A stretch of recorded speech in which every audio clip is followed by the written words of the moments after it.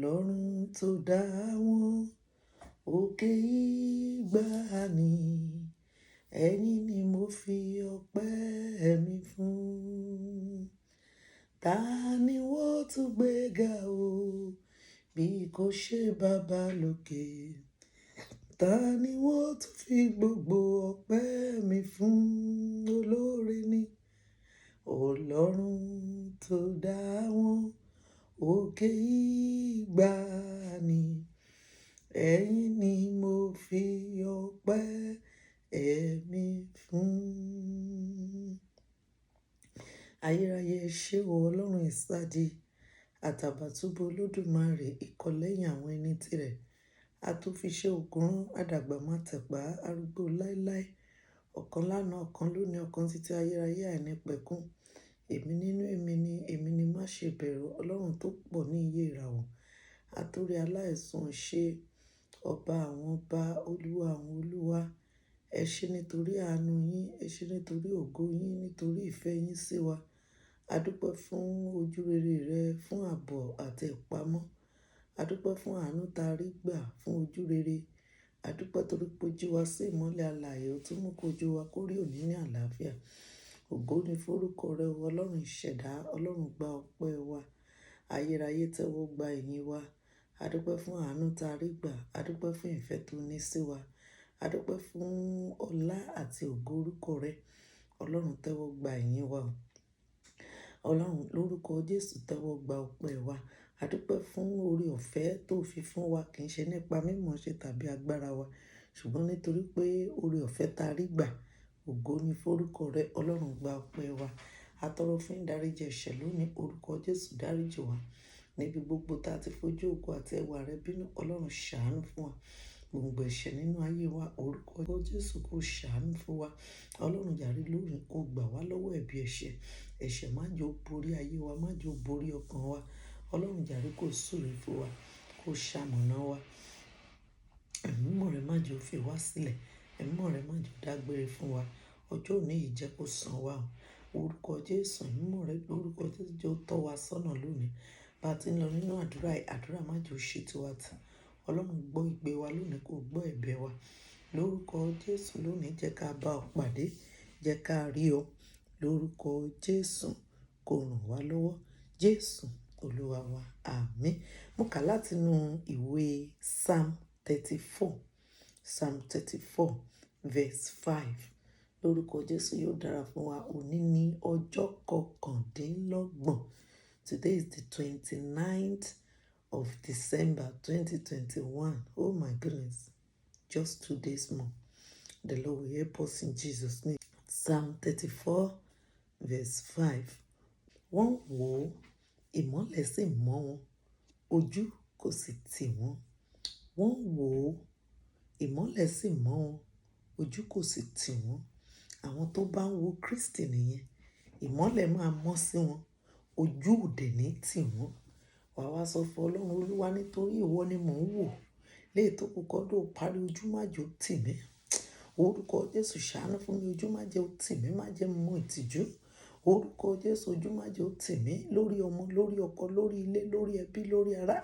Orúkọ Jésù, ojú má jẹ́ ó tì mí. Lórúkọ Jésù, Olúwa, ojú má jẹ́ ó tì mí. Léè tó kù kọ́dọ̀ parí. Bíbélì sọ pé wọ́n wò ó, ó ní ojú kò sì tì wọ́n. Ojú má jẹ́ ó tì mí lórí ọmọ, ojú má jẹ́ ó tì mí lórí ẹ̀bẹ̀ àdúrà tí mo gbà. Ojú má jẹ́ ó tì mí lórí ohun tí mò ń wojú rẹ fún. Ojú má jẹ́ ó tì mí lórí ọkọ, lórí aya. Ojú má jẹ́ ó tì mí lórí ìyá, lórí ẹ̀gbọ́n, lórí àbúrò. Ojú má jẹ́ ó tì mí lórí ọkọ, ọmọ ìyá, ìyá ọmọ ìyá, ọmọ ọmọ ìyá. Ojú má jẹ́ ó tì mí. Olúwa, níbi gbogbo tí mo kàn tí mo mọ, ojú má jẹ́ ó tì mí fún mi. Ojú má jẹ́ ó tì mí, ojú má jẹ́ ó tì mí, ojú má jẹ́ ó tì mí, ojú má jẹ́ ó tì mí, ojú má jẹ́ ó tì mí. Aláàánú ni Ọlọ́run, ṣàánú fún mi. Ojú má jẹ́ ó tì mí, má jẹ́ mọ ìtìjú, má jẹ́ mọ ìkorò, má jẹ́ mọ ìtìjú, má jẹ́ mọ ìkorò, má jẹ́ mọ ìtìjú, má jẹ́ mọ ìkorò, má jẹ́ mọ ìtìjú, má jẹ́ mọ ìkorò. Olúwa ṣàánú fún mi. Ojú má jẹ́ ó tì mí lábẹ́ bó ti wù kó rí lórúkọ Jésù. Olúwa ṣàánú, ojú má jẹ́ ó tì mí lábẹ́ bó ti wù kó rí. Ojú má jẹ́ ó tì mí. Orúkọ Jésù lọ́dọ̀ rẹ, ojú má jẹ́ ó tì mí. Jésù Olúwa wa. Bíbélì sọ pé wọ́n wò ó, ojú kò sì tì wọ́n. Wàá sọ fún Ọlọ́run pé Olúwa, lábẹ́ orúkọ Jésù má jẹ́ n gbèrè ìtìjú lè tó kọ́kọ́ náà parí lọ́dọ̀ Jésù má jẹ́ n gbèrè ìtìjú lábẹ́ oore ọ̀fẹ́ má jẹ́ n gbèrè ìtìjú má jẹ́ n gbèrè ìtìjú má jẹ́ n gbèrè ìtìjú tọmọtọmọ má jẹ́ n gbèrè ìtìjú tọkọtọkọ má jẹ́ n gbèrè ìtìjú tilé tẹbí má jẹ́ n gbèrè ìtìjú tìyá tẹ̀gbọ́n tàbúrò má jẹ́ n gbèrè ìtìjú Olúwa ṣàánú mi má jẹ́ n gbèrè ìtìjú lórúkọ Jésù lábẹ́ orúkọ rẹ má jẹ́ n gbèrè ìtìjú Sátánì má jẹ́ ó jẹ mí níyà Jésù Olúwa wa wà wá sọ fún Ọlọ́run pé Olúwa lè tó kọ́kọ́ náà parí orúkọ Jésù Olúwa gbé mi ró fìfẹ́ rẹ gbé mi ró fàánú rẹ gbé mi ró fojúrere rẹ gbé mi ró lórúkọ Jésù lè tó kọ́kọ́ náà parí Olúwa fìfẹ́ rẹ gbé mi ró Olúwa fàánú rẹ gbé mi ró Olúwa fojúrere rẹ gbé mi ró lórúkọ Jésù Olúwa ṣàánú fún mi Olúwa fojúrere rẹ gbé mi ró lè tó kọ́kọ́ náà parí tilétilé mi tẹbí tará mi Olúwa fi ojúrere rẹ gbé wa ró fi òdodo rẹ gbé wa ró má jà ṣubú ara má jà ṣubú ẹ̀mí Jésù Olúwa wa wà wá sọ fún Ọlọ́run Olúwa lè tó kọ́kọ́ náà parí orúkọ Jésù ẹ̀mí mi má yóò pin mọ́ ọdún yìí ó ní wọ́n wò ojú kò sì tì wọ́n orúkọ Jésù ẹ̀mí mi má yóò pin lè tó kọ́kọ́ náà parí ẹ̀mí mi má yóò pin ẹ̀mí ọmọ mi má yóò pin ẹ̀mí ọkọ mi má yóò pin ẹ̀mí ìyá mi má yóò pin ẹ̀mí àwọn ẹ̀gbọ́n mi má yóò pin ẹ̀mí àwọn àbúrò mi má yóò pin ẹ̀mí ọkọ ọmọ ìyá mi má yóò pin ẹ̀mí aya ọmọ ìyá mi má yóò pin ẹ̀mí ọmọ ìyá mi má yóò pin orúkọ Jésù lè tó kọ́kọ́ náà parí Olúwa ẹ̀mí wa má yóò pin lórúkọ Jésù ẹ̀mí wa má yóò pin mọ́dún yìí ẹ̀mí wa má yóò pin mọ́dún yìí ẹ̀mí wa má yóò pin mọ́dún yìí ẹ̀mí wa má yóò pin mọ́dún yìí Olúwa kó ṣàánú fún wa ìjìnlẹ̀ ìfẹ́ kó rọ̀gbà yí wa ká Jésù Olúwa wa lè tó kọ́kọ́ náà parí lórúkọ Jésù Olúwa jẹ́ n fayọ̀ ṣọdún torí wọ́n wò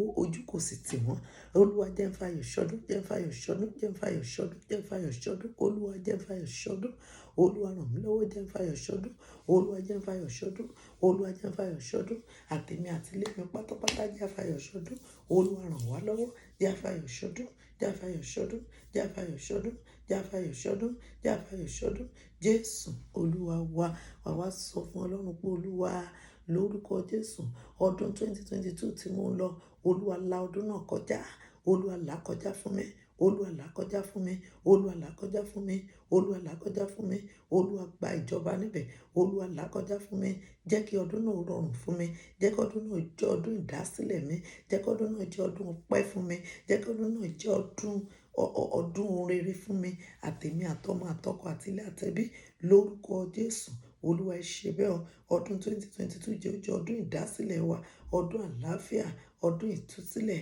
ọdún àánú ọdún ayọ̀ ọdún ìgbéga lórúkọ Jésù bẹ́ẹ̀ ni yóò rí Jésù Olúwa wa Ọlọ́run ìṣẹ̀dá gbé ọ̀gá lónìí nítorí pé ìwọ nìkan ni Ọlọ́run kò sẹ́ni tó dàbí rẹ̀ akiriṣore ni ọ́ aṣoríkiri bíṣọ̀bù àti àpọ́stélì ọkàn wa a gbé ọ̀gá nínú òtítọ́ àti òdodo rẹ̀ Ọlọ́run gba ọpẹ́ wa a gbàdúrà lónìí lórúkọ Jésù pé lè tó kọ́kọ́ dó parí ìtìjú má jò bá wa lábẹ́ orúkọ rẹ̀ Ọlọ́run jàre kó mọ odi iná yí wa ká máa bá wa lọ lè tó kọ́kọ́ dó parí orúkọ Jésù ìbànújẹ́ má jò wọlé tọ̀ wá wá o ẹkún má jò wá ayé wa rí o a gbàdúrà fún 2021 Olúwa là kọjá fún wa Ọlọ́run ṣìyanu Jésù Olúwa wa àmín yóò dára fún wa ẹja rípa gbàdúrà ìka fi ránṣẹ́ sáwọn ẹlòmíì èmi náà yìí ni olólùfẹ́ yín Lady Evangelist Bọ́láńlé Ọlátóbi Ọlọ́filóyè God bless you amen.